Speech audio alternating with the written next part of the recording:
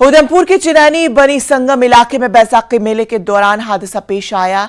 देविका नदी पर बने फुट ब्रिज को टूटने से तकरीबन 62 लोग जख्मी हो गए। हादसे के बाद रेस्क्यू ऑपरेशन मुकम्मल हो गया। तमाम 62 जख्मियों को चिनैनी अस्पताल में दाखिल किया गया। इनमें कुछ की हालत नाजुक बताई जा रही है।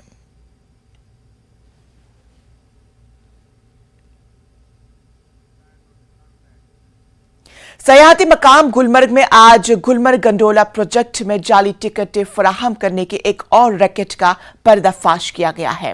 रैकेट्स किकिंग टीम ने वेनी वर्ल्ड मुंबई नामी टूर कमेटी के जरिए सयाहों को गंडोला के जाली टिकट फराहम करने का पर्दाफाश किया गया।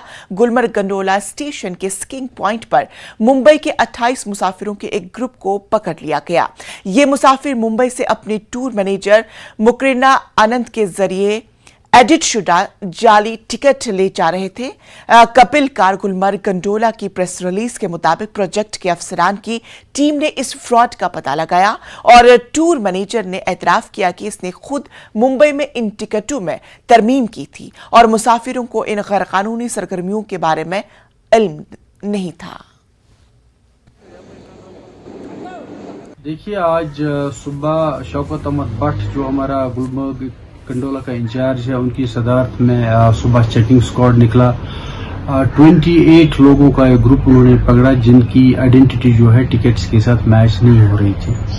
पूछताछ करने में ये जाहिर हुआ, जो उनके टूर लीडर थे उन्होंने ये कन्फेस किया, उन्होंने एक्सेप्ट किया कि उनकी टिकट जो है उन्होंने एडिट की है और उनकी टिकट जो है वो फेक है, जो कि एक जुर्म है कानूनी तौर से।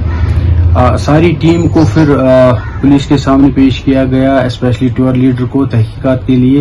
एक हमने लिखित इंफॉर्मेशन भी पुलिस को दे दी इसमें एक्शन लेने के लिए, और इस केस में मुझे लग रहा है अरेस्ट्स भी होने वाली हैं। आपके माध्यम से मैं सबको अपील करता हूं, टूर ऑपरेटर्स को भी, जो विजिटर्स गुलमर्ग आने वाले हैं, कि ऐसी कोई हरकत ना करें, ऐसा कोई चीज फेक टिकट्स पे ना आए। इससे ट्रैवल एजेंसी की भी बदनामी हो जाती है, गुलमर्ग गंडोला की भी बदनामी होती है और कानूनी तौर भी एक जुर्म है ये। गुलमर्ग तभी आए जब पहले गंडोला की टिकट बुक करें, उसके बाद ही आए।